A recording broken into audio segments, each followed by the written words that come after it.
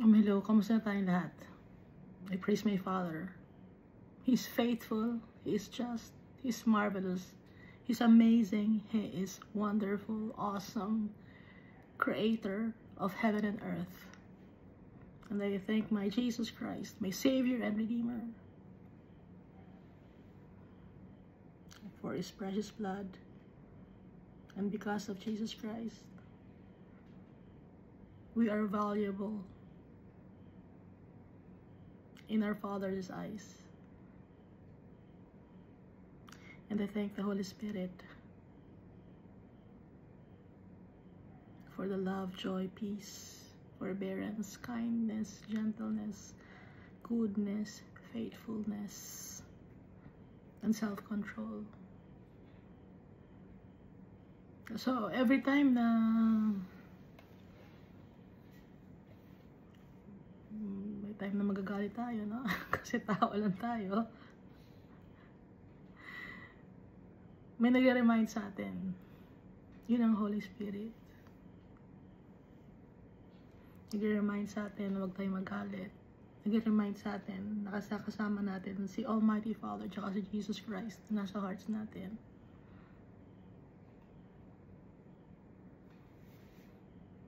Kaya hindi tayo dapat na malungkot. At dapat tayo ay may self-control. Dahil minsan nakakalimot ng tao. Nakakalimot ako minsan, ano. Pero kakausapin tayo ng Holy Spirit. Hindi ganyan ang anak ni Almighty Father. So ngayon, matatauhan, oh nga pala, Lord, sorry Lord, no? So pinapaalahanan tayo ng Holy Spirit.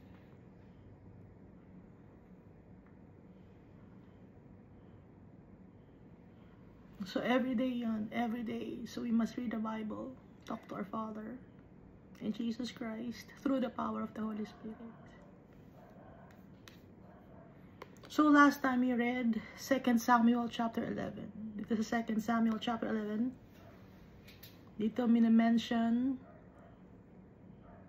si Bathsheba, si Uriah. Nakita ni David, si Bathsheba, she was taking a bath. And he lusted after Bathsheba.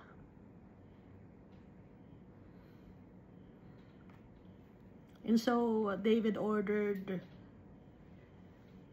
Joab for Uriah to be killed in the battle against the Ammonites. Inilagay sa front line si Uriah para mapatay dahil David impregnated Bathsheba. At hindi naman tinabihan ni Uriah si Bathsheba. So, malalaman ngayon ng mga tao na ba't nabuntis si Bathsheba?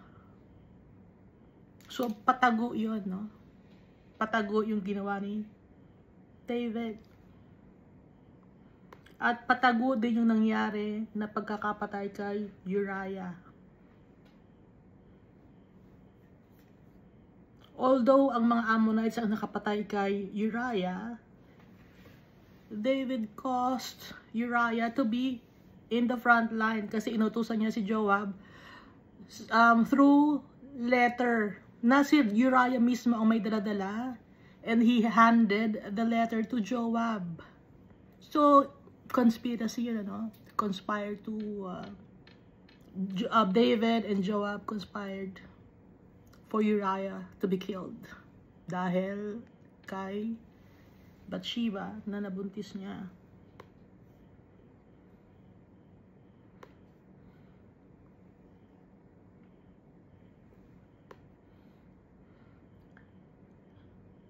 So marami ring namatay ng mga Israelites. Pero ang sabi ni Joab, para hindi magalit si David, sabihin mo si Uriah namatay na. So yun ang sinabi ng messenger kay David.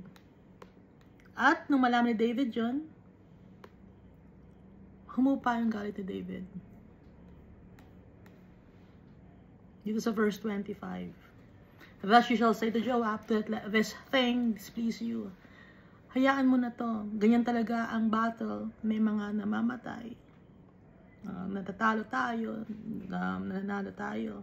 For the sword devours one as well as another. Marami talagang mga casualty. Sinabi ni David.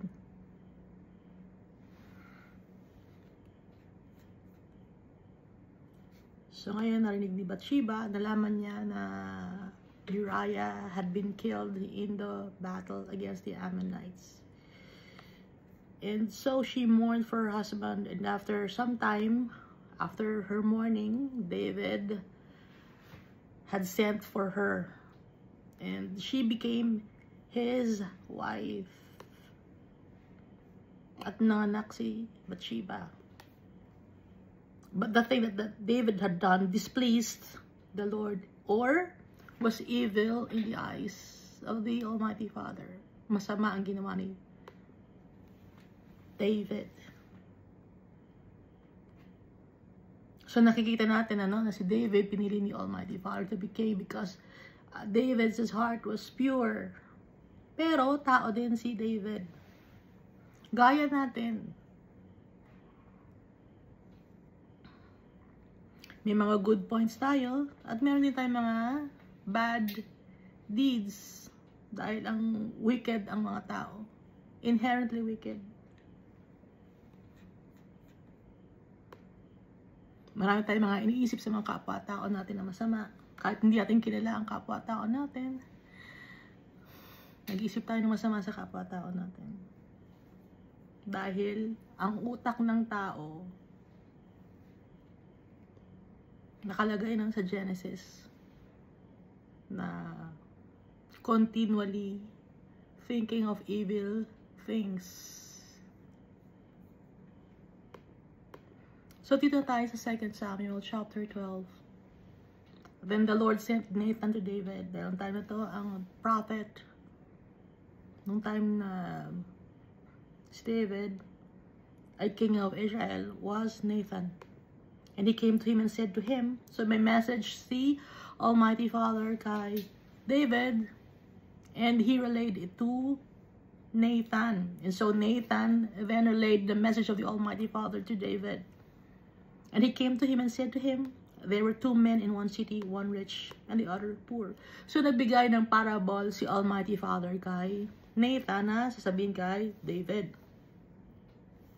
So merong 2 tao sa isang city. Isang mayaman, isang mahirap. The rich man had exceedingly many flocks and herds. Exceedingly, ibig sabihin sobra-sobra ang kanyang mga flocks and herds, ang kanyang mga alaga. But the poor man had nothing except 1 little ewe lamb. Pero yung mahirap, isa lang kanyang alaga. Bata pa na ewe lamb, no? Hindi pa wala pa siya makukuhang interest or pakain pa lang niya. Hindi pa niya pinagkakakitaan, kung baga, ibig sabihin. Pero itong rich man, meron na siyang flocks and herds na pagkakakitaan na niya, naiikot na niya yung kanyang puhunan. Samantalang itong poor man, pinapalaki pa lang niya yung kanyang little ewe lamb na iisa, which he had bought and nourished, and it grew up together with him and with his children. It ate of his own food and drank from his own cup and lay in his bosom, and it was like a daughter to him. Alagang-alaga ng poor man ang kanyang little ewe lamb.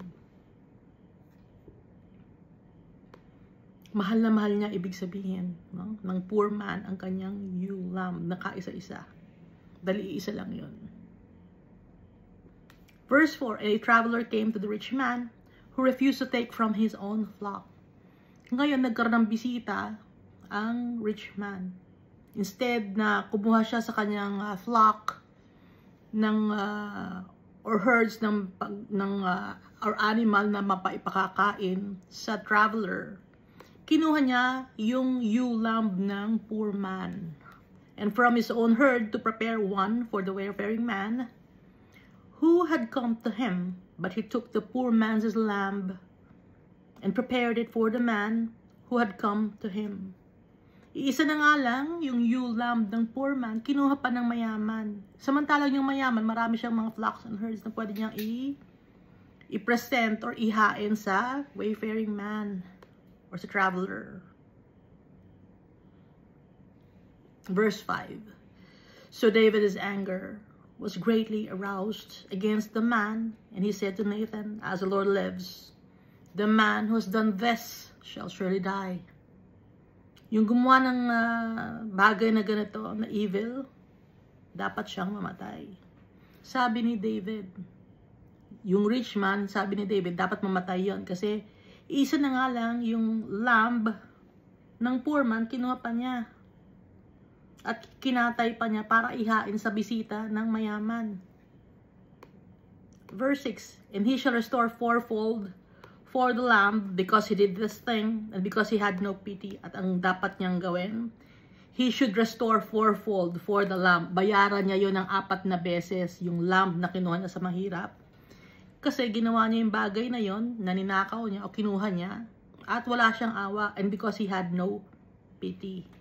So give back 4 times more of the lamb dun sa poor man. Yun ang ibig sabihin ni David.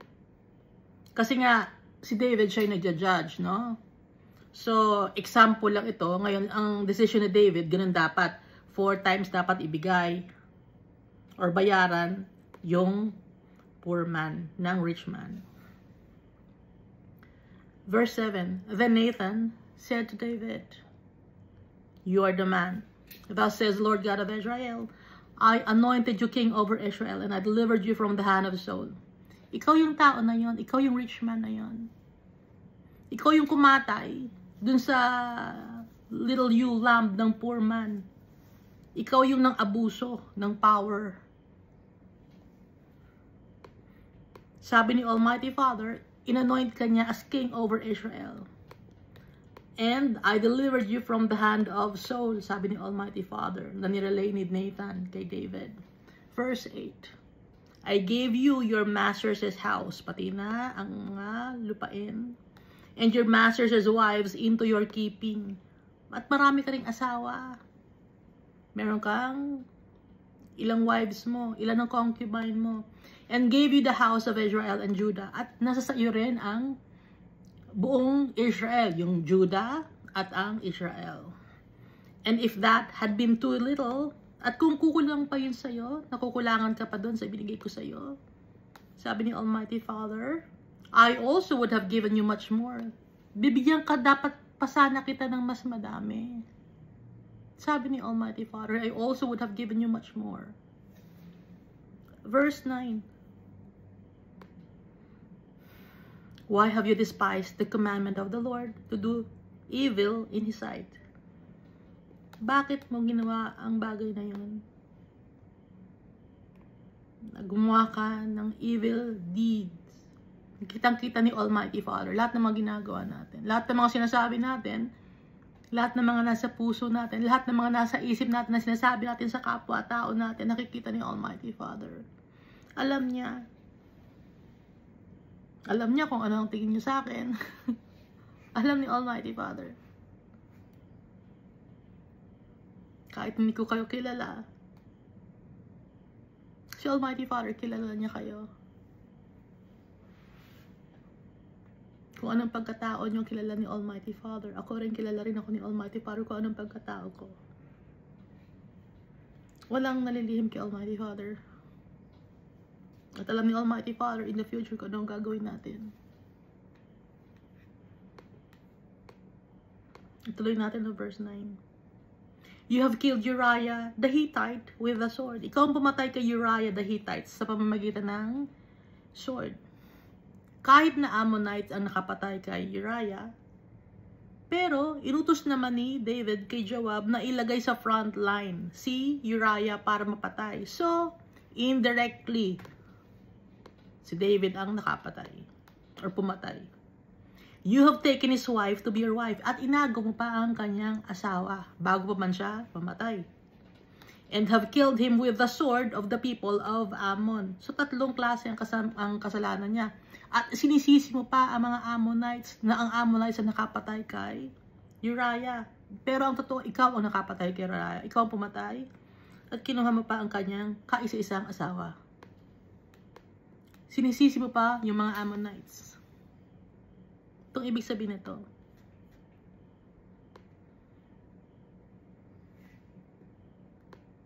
So tayo, no, nagkakasala rin tayo, sinisisi na, hindi, kasalanan kasi niya eh. Pero indirectly tayo may kasalanan.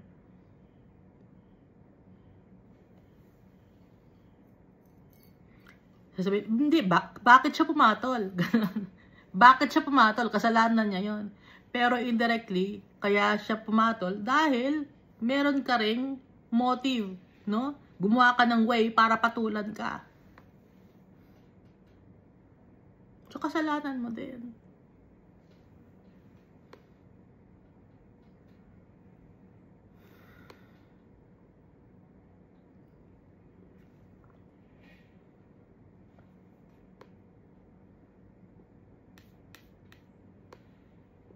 Verse 10, now therefore, the sword shall never depart from your house. Ngayon, ito yung sabi ni Almighty Father.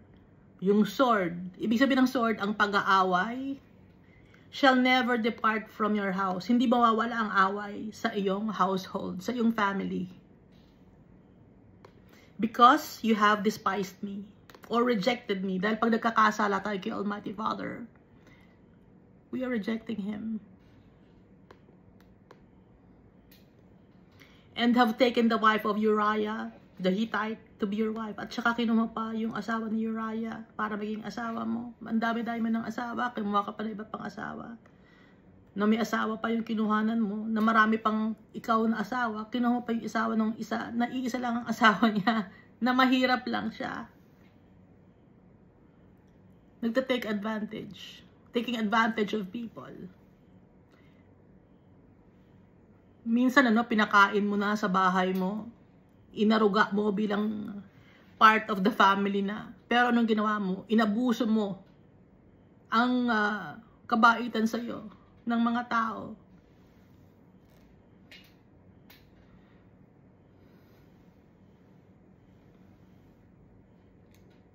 Pamilya na ang tingin sa'yo. Inabuso mo pa.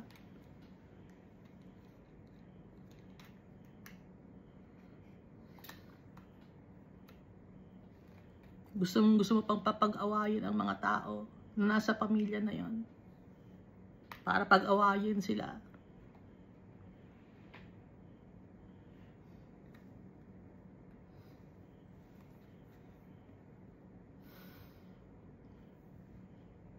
Alam ni Almighty Father ang plano ng mga tao, wicked.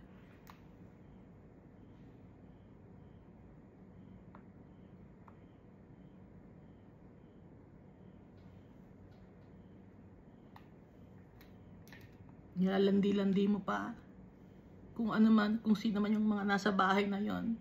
Kahit hindi dapat, kahit na hindi mo kadugo, pamilya mo na eh, kahit hindi mo kadugo, binastos mo pa, inabuso mo pa. Gusto pa mag-away-away ang mga magkakapatid para lang pag-awayan ka. Abusado.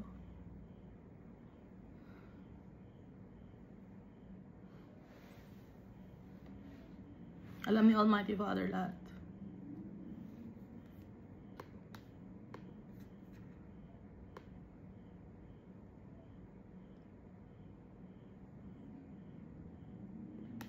Verse 11, thus says the Lord, behold, I will raise up adversity against you from your own house. Magkakaroon ng away sa pamilya mo. Magkakaroon ng trouble or disaster sa sarili mong pamilya. Hindi matatahimik ang pamilya mo. Sabi ni Almighty Father. Lagi kang magkakaproblema sa pamilya mo. And I will take your wives before your eyes. Kukunin ko ang mga asawa mo. Kitang-kita mo na kukunin ko. And give them to your neighbor, and he shall lie with your wives in the sight of the sun. Anong ibig sabihin ito? Ito yung punishment ni Almighty Father kay David. Magkakaroon ng away ang pamilya mo. At nagkaroon nga ng away. I will raise up adversity against you from your own house. Nakalagay sa 2 Samuel chapter 13. Nagkaroon ng trouble sa kanyang family. At saka ano pa? I will take your wives before your eyes. Kukunin ko ang mga asawa mo at ibibigay ko sa iyong neighbor. At siya ngayon ay tatabihan niya yung mga asawa mo in the sight of the sun. Ibig sabihin, alam ng mga tao in public. At ginawa ni Almighty Father to. 2 Samuel chapter 16 verse 21. Sino yung kanyang neighbor? Dahil lahat naman tayo talaga ay mag-neighbor, magkakapatid, lahat tayo. Kahit na sabihin natin na anak natin, sa tingin ni Almighty Father, kahit sabing magulang natin, sa tingin ni Almighty Father, neighbor. Kaya nga, di ba sabi ni Jesus Christ, love your neighbor as you love yourself. Dahil doon sa 10 commandments na yon, yung compact or yung summary ng 10 commandments na binigay ni Jesus Christ, yung 2 commandments na, yung neighbor na yon, kasama na rin yung parents natin, ng anak natin, mga acquaintances, mga taong nakakasalamuhan natin at hindi nakakasalamuhan, no? So, itong sinasabi niyang neighbor dito ni Almighty Father, ito si Absalom, na anak ni David. So, in the sight of all Israel, tinabihan ni Absalom ang mga asawa or concubines ni David, nakalagay sa 2 Samuel chapter 16 verse 21. Alam ng mga tao. So, si David, ginawa niya secretly. Pero ang ginawa ni Almighty Father, ibinunyag niya ang kasalanan.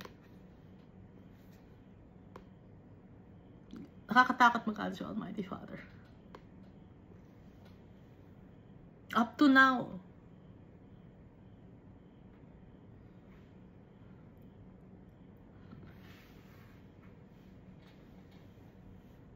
hindi lang aware ang mga tao. Pero mapapatawad tayo ni Almighty Father. Verse 12, no, ituloy natin.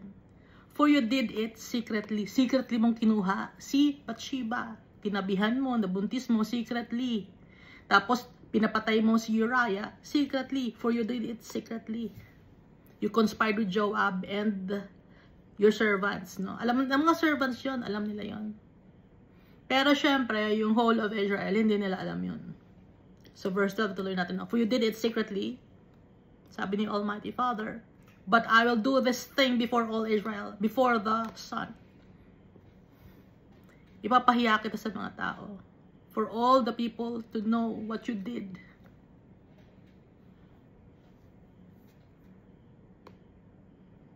Nakakatakot pa God si Almighty Father.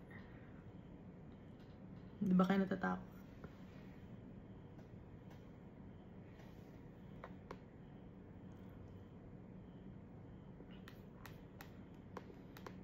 May tao nga nagsabi, no?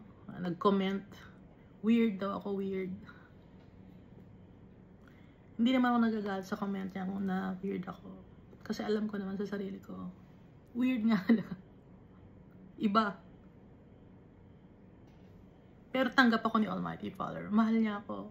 At kayo rin, weird din kayo. Pero tanggap kayo ni Almighty Father. So dito tayo sa verse 13. So David said to Nathan, I have sinned against the Lord. So in-acknowledge ni David ang kanyang kasalanan. Inamin niya. And Nathan said to David, the Lord also has put away your sin. You shall not die. Hindi ka mamamatay. Pinatawad ka na ni Almighty Father. Bakit pinatawad si David? Kasi, anong sabi ni David? I have sinned against the Lord. In-acknowledge niya, inamin niya. At remorseful siya kasi inamin niya eh. In-acknowledge niya. So tayo, yung mga kasalanan natin, acknowledge natin. Aaminin natin yung mga kasalanan natin. Na nakita tayo ng kapwa-tao. Aaminin natin sa tatay natin, kay Almighty Father. Nag-conspire ka na awayin ang kapwa-tao mo. Na mang-scam ka. Na mang-groom ka ng mga bata. Naggamitin ang mga bata for your own selfish gains. Gamitin ang isang pamilya para yumaman ka. Yumaman kayo. Magkapera. Aminin natin ang kasalanan natin. kay Almighty Father para patawarin niya tayo. The Lord also has put away your sin, you shall not die, para hindi tayo mapunta sa eternal damnation. Pag sinasabing die, eternal damnation to. Pero syempre, there are also consequences or repercussions of all the things that we do. May mga effect yan, mga kasalanan natin. Kahit na napatawad na tayo ni Almighty Father, nagkakawa na tayo ng kasalanan, dire-diretso na yung effect, yung consequences. Yung ibang mga consequences, hindi ka naging masaya. Yung ibang mga consequences, na-trap ka na sa isang predicament na ayaw mo. Hindi ka na makatakas sa isang part ng buhay mo. Dahil sa kasalanan natin. Pero there's freedom in Jesus Christ. Time will come, magiging malaya tayo. There's freedom in Jesus Christ. Because He has freed us from the bondage of sin and shame. Kaya nga nakalagay sa Book of Revelation, and I will wipe your tears. No? Ano nga sabi doon? Wipe your tears from your eyes. Kasi nga, iiyak tayo. Iiyak tayo, bakit lalaki? Iiyak tayo. Kasi nga, dahil sa mga kasalanan natin, kaya tayo nahihirapan. At dahil din sa mga pang-aabuso sa atin ng mga kapwa-tao natin na effect din or consequences ng mga nagawa ating kasalanan. Revelation chapter 21 verse 4, and God will wipe away every tear from their eyes. There shall be no more death, nor sorrow, nor crying. There shall be no more pain, for the former things have passed away. Dahil yung mga nagagawa nating mga kasalanan, there's pain in us. Tatanggalin yung Almighty Father yung pain na yun.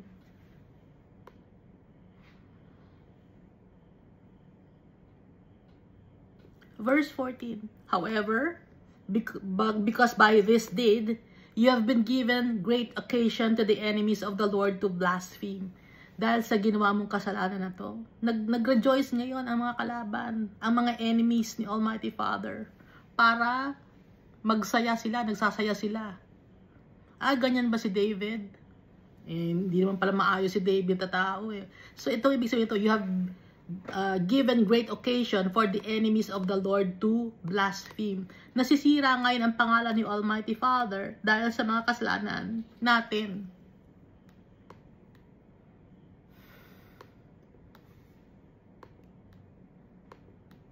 Ano pang nangyari? The child also who is born to you shall surely die. Yung bata na pinagbubuntis na Bathsheba, mamamatay siya. Baka sabihin nyo, bakit yung child ang magdudusa? Hindi si David. Itong child na to, babalik siya kay Almighty Father, kaya huwag tayo mag-aalala. Yung kanyang soul ng child na ipinanganak, babalik kay Almighty Father. Blessed pa nga siya eh, nakabalik agad siya. Hindi na siya kailangan pang maghirap. Unlike us. Nakikita nyo ba? Naiintindihan nyo ba? Konti lang ang inilagi ng child ni David dito sa mundo. At nakabalik agad siya kay Almighty Father. So kasama na siya sa 1/3 yung kanyang soul na nasa heaven. So konti na lang ano no. Binibilang niyo ba? Kasi nga 'di ba 1/3 lang ang nakalagay dito sa Bible. Binibilang nyo ba? Kasi maraming mga bata ang naging victims din ng mundo na to. Kasama na sila sa 1/3, no? So, konti na lang ang upuan natin. Nakakaubusan na. Kaya kailangan makasama tayo sa 1/3. Verse 15. Then Nathan departed to his house. Umalis na si Nathan. Sinabi lang ni Nathan yung pinapasabi ni Almighty Father. Yung mga consequences ng mga ginawa ni David. At sa kahihiyan na ginawa ni David. At yung parusa sa kanya.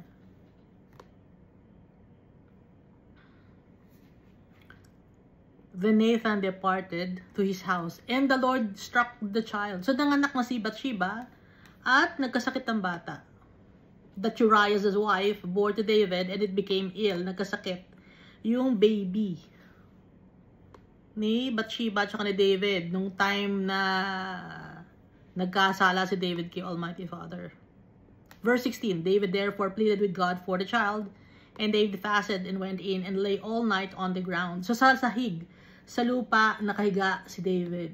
Nagpa-fast siya, naghingi siya ng kapatawaran kay Almighty Father. Nagmamakaawa siya kay Almighty Father na isave yung bata. Humingi siya ng kapatawaran sa kanyang kasalanan na wag idama yung bata. Pero, the Lord God had decided already. At yung bata na yun, kaya nga sabi ko, no? Babalik yung Almighty Father yun. Mas blessed pa yung bata na yun, hindi nakaranas ng pain and sufferings. Verse 17, so the elders of the house arose and went to him to raise him up from the ground, but he would not, nor did he eat food with them. So itinatayo si David, ayaw ni David tumayo, ayaw niyang kumain. Yung mga elders na ng house of Israel nang lumalapit sa kanya, nagmamakaawa, na kumain na siya.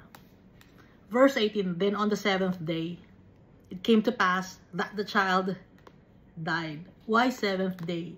Completion. Binanggit na naman, di ba, number 7. It's a complete number. 7. So, 7th day is a completion of the life of the child nung nandito siya sa mundo. Yung 7th day, punta siya sa rest. No? Yung child. And the servants of David were afraid to tell him that the child was dead. For they said, indeed, while the child was alive, we spoke to him, and he would not heed our voice. How can we tell him that the child is dead? He may do some harm. Paano natin masasabi na patay na yung baby? Baka magwala si David. Usapan ng mga servants. Tsaka ng mga elders. Kasi namatay na yung child sa ika-7th day. When David saw that his servants were whispering, David perceived that the child was dead. Nakita ni David na yung kanyang mga servants nagbubulungan. Na nagsisikret. So, ibig sabihin, naramdaman na ni David na wala na yung bata, yung baby. Therefore, David said to his servants, is the child dead? And they said, he is dead. Wala na ba yung baby? Wala na. Sabi ng mga servants. So, David, anong ginawa ni David? He arose from the ground, washed and anointed himself, and changed his clothes, and he went into the house of the Lord and worshipped. Anong ginawa ni David? Hindi na siya nag-fast. Naligo na siya. Nilinisan niya yung kanyang katawan. Nagpunta na siya sa tent ni Almighty Father. Sa house of the Lord. At he worshipped the Almighty Father. Then he went to his own house. Umuwi na siya. And when he requested, they set food before him and he ate. So nag-request siya na ng pagkain. Nagkaroon na siya ng gana kumain si David. So, kumakain na si David yung time na to. Pero nung may sakit yung baby, hindi siya kumakain, nagpa-fast siya. Pero nung namatay na yung baby, kumain na siya. Nilinis na niya yung kanyang katawan. Verse 21, then his servant said to him, what is this that you have done? You fasted and wept for the child when he was alive, but when the child died, you arose and ate food. Bakit ganyan ginawa mo? Nung may sakit yung bata, hindi ka kumakain. Nung buhay pa siya, hindi ka kumakain. Iyak ka ng iyak. Pero nung namatay na yung bata, o naglinis ka na ng katawan mo, kumakain ka na. Ba't ganon? O nawirduhan yung mga tao kay David. Ano sabi ni David? Verse 22, and he said, while the child was alive, I fasted and wept. For I said, who can tell whether the Lord will be gracious to me, that the child may live?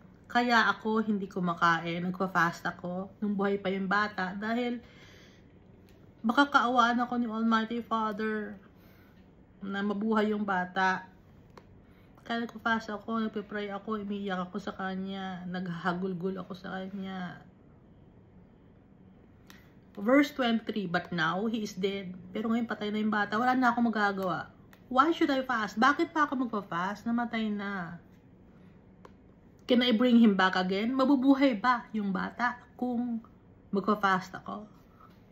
Or I shall go to him. Pwede akong magpunta sa kanya, but he shall not return to me. Kung ako magpa-fast, mamamatay ako, makakapunta ako sa baby. Pero siya, yung baby, habang nandito ako sa mundo, hindi makakapunta na sa akin ng baby, hindi na siya makakabalik. Yun ang ibig sabihin. Verse 24. Then David comforted Bathsheba, his wife. So, naging wife na niya si Bathsheba. And went into her and lay with her. Dinabihan na niya si Bathsheba. So, she bore a son, and he called his name Solomon. Nabuntis for the second time si Bathsheba. Pero ang anak niya kay Bathsheba, nabuhay ay 4, no? Pero ito yung buhay na anak, si Solomon. Now the Lord loved him. Mahal ni Almighty Father si Solomon. Solomon means recompense, completeness, peace. Galing sa word na Shlomo, or Shalom, or Salem. No? Alam mo yung Salem, peace, di ba? Solomon, Shalom. Di ba magkakatunog? Kasi ganun yung etymology, or yung pagpaporma ng mga words. Nag-iiba-iba yung pronunciation, tapos may mga letters na pare-pareho. So, kaya nag-evolve yung mga names. Now the Lord loved him, mahal ni Almighty Father si Solomon. And he sent word by the hand of Nathan the prophet. So he called his name Jedidiah, because of the Lord.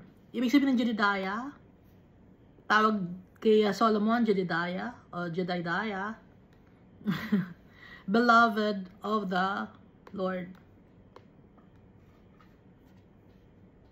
So si Solomon, tawag din siya ay Jedidiah.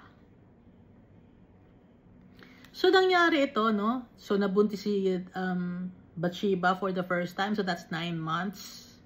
Doon din nag-i-start bago mabuntis si Bathsheba na kipag-away or may battle against the Ammonites at sa Reba. And then nabuntis ulit ng anak. So 9 plus 9, 18. So mga in 2 years time, no? 2 beses ng anak si Bathsheba. 2 years give or take, no? And then verse 26. Now Joab fought against Reba. So hindi pa tapos yung battle against Reba and the Ammonites of the people of Ammon, and took the royal city. So dito na natapos yung battle after more or less 2 years. And Joab sent messengers to David and said, I have fought against Reba, and I have taken the city's water supply. Nakuha na natin yung Reba, yung water supply ng Reba, yung city, nakuha ko na. Ibig sabihin, pag nakuha na yung water supply, kontrolado na natin ang city kasi hindi na mag-function ng city, walang tubig, hindi makakainom ang mga tao, mamamatay ang tao sa gutom, pati mga animals. Hindi sila makakapag luto, ganon. Or hindi sila makakatanim. Kaya importante yung water supply. Kaya ang kinuha ni Joab, I have taken the city's water supply. Yun muna ang kanyang nag-focus siya. Matalino rin si Joab, di ba? Dapat bakuhatin yung water supply. Dahil pag yung water supply, yung mga animals, hindi makakakain, hindi sila makakatanim, wala silang maiinom, mamamatay ang mga tao. Kaya dapat water supply ang kunin natin. Verse 28. Now therefore gathered the rest of the people together and encamp against the city and take it. Sabi ni Joab, nagpatadala siya ng messenger kay David. Magpunta na kayo dito, nakuha ko na yung water supply, sabi ni Joab. Doon na kayo gumawa na kayo ng garrison or encamp against the city. Kunin nyo na. Lest I take the city and it be called after my name. Nakikita natin na ugali ni Joab. Kasi nga, nakita niya yung kahinaan ni David. Nakita niya na nagkasala si David. Nag-conspire si David with Joab para kay Uriah. Kaya lumakas ngayon ang loob ni Joab. Lest I take the city and it be called after my name. Sige kayo, pag hindi kayo nagpunta agad dito, baka ako nang kumuha sa city at ilalagay ko sa pangalan ko. So, ang lakas ng loob ni Joab, di ba? Nagbago si Joab.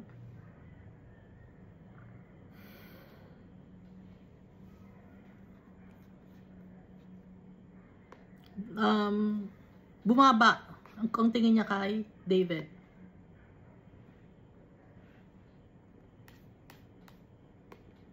Nawalan siya ng kung respetado man niya noon, respetado niya, pero nung nagkasala si David and he conspired with Joab, nabawasan yung respeto ni Joab kay David. Verse 29, so David gathered all the people together and went to Rabbah and fought against it and took it. Verse 30, and then he took his king's crown from his head. Its weight was a talent of gold with the precious stones, and it was set on David's head. So yung king ng Rabbah, kinuha, may crown yung king, kinuha. Mabigat yon. Its weight was a talent of gold. Pag talent of gold.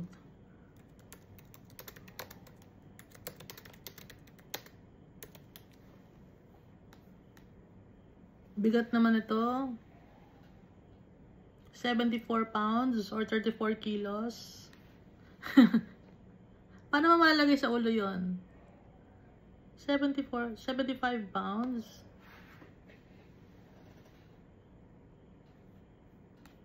Napakabigat.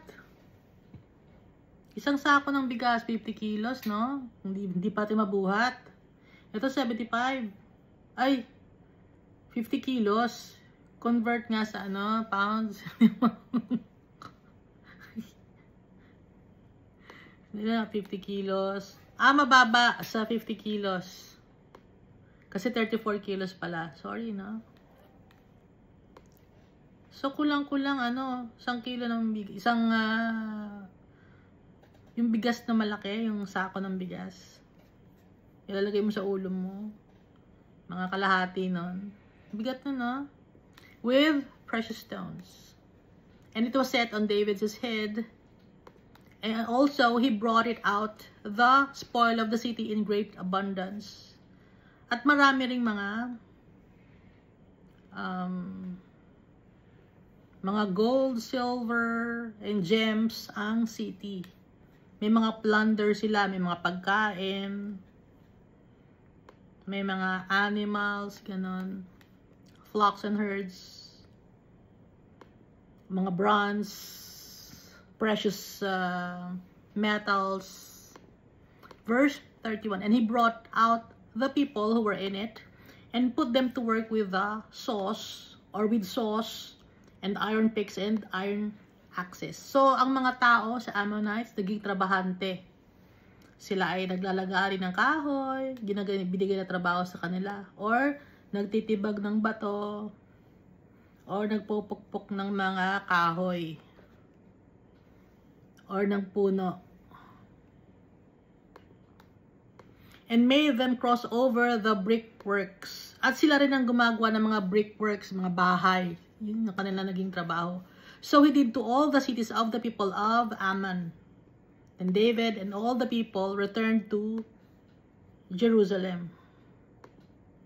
Hindi nila pinatay ang mga tao, kundi pinagtrabaho nila. Bigyan nila ng trabaho. Pero kinuha nila yung mga plunder ng city.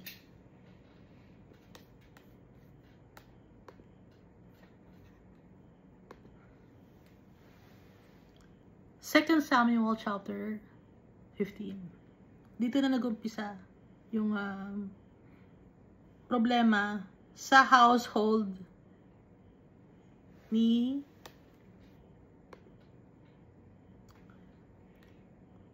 David. Ano pala? 2 Samuel chapter 13. Dito nag-umpisa. Si David, may anak siya. Si Amnon. Si Absalom, meron siyang kapatid. Si Tamar. Si Absalom tsaka si Tamar, anak ng Geshurite, king of Geshurite, or king of Geshur. Basahin natin, 2 Samuel chapter 13. After this, Absalom the son of David had a lovely sister. Maganda yung kapatid ni Absalom. Si David, meron siyang anak, si Absalom. Ang tatay ng nanay ni Absalom ay isang Geshurite. So maganda. So kung maganda yung sister niya, ito namang si Absalom, gwapo to. Ibang itsura nila sa mga anak ni David. Ulitin natin, no? After this, Absalom, the son of David, had a lovely sister, whose name was Tamar. And Amnon, the son of David, loved her. Si Absalom, anak ni David. Meron siyang kapatid na si Tamar. Ngayon si David, meron din siyang anak, Amnon. So magkakapatid sila si Absalom, si Tamar, si Amnon. Si Absalom at si Tamar, magkapatid sila sa mother and father. Si Absalom at si Tamar, si Amnon naman, kapatid lang nila sa father kasi iba ang mother ni Amnon. Maganda si Tamar. Amnon was so distressed over his sister Tamar. Maganda kasi si Tamar. Distress si Amnon. Sobrang ganda kasi. Half-sister niya. May gusto siya sa kanyang half-sister. So, dito nag-umpisa ang problema ng household ni David. Dahil ito ay consequences ng kasalanan ni David. Amnon was so distressed over his sister Tamar that he became sick, for she was a virgin, and it was improper for Amnon to do anything to her. Hindi pwede na maging asawa niya si Tamar dahil half-sister niya. Kadugo niya. Family. Minsan, kahit hindi mo kadugo, kung family na, wag mo nang gagalawin. Wag mo nang pagdanasaan. May mga ganong klaseng tao eh. Itinuran ka ng pamilya, tapos pinagdanasaan mo pa.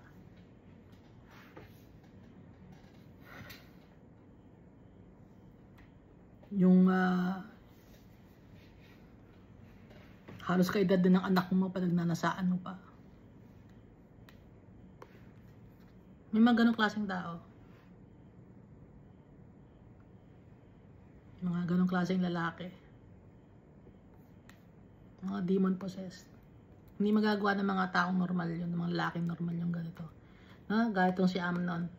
Amnon was so distressed over his sister Tamar that he became sick, for she was a virgin, and it was improper for Amnon to do anything to her. But Amnon had a friend whose name was Jonadab, the son of Shimeah, David's brother.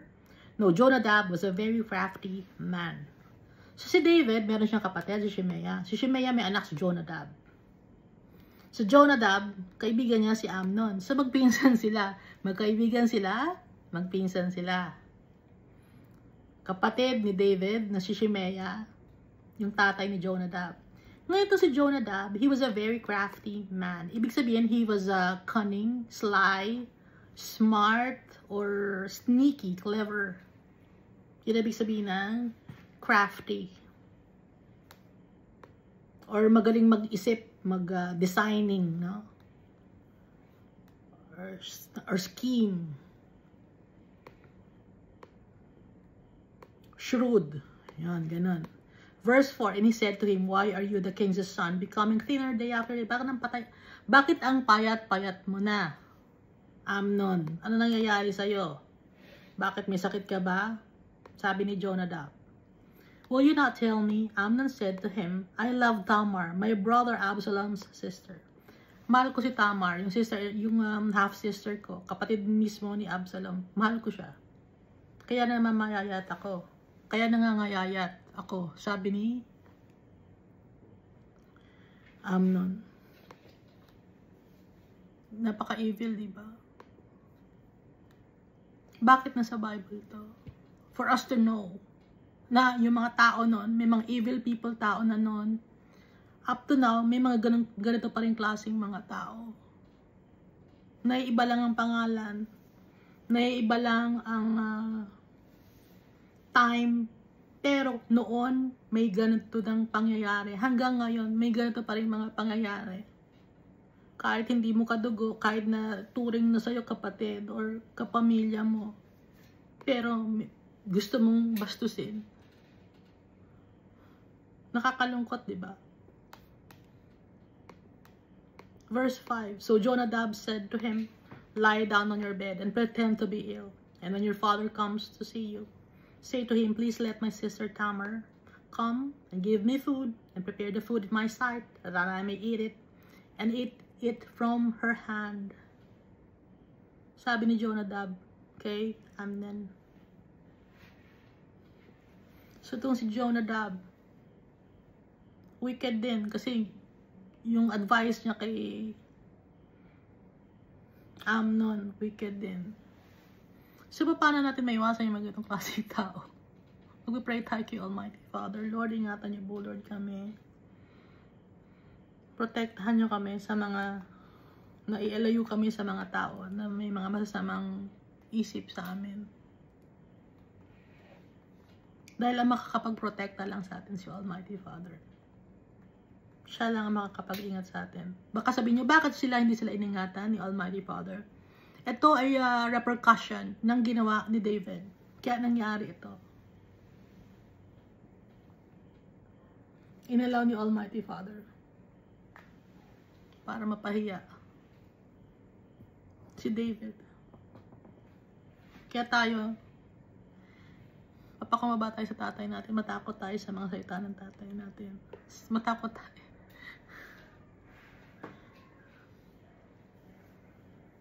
Powerful si Almighty Father.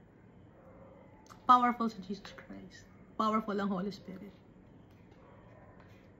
Hindi nagbibiro si Almighty Father. Hindi nagbibiro si Jesus Christ. Hindi nagbibiro ang Holy Spirit. Seryoso sila.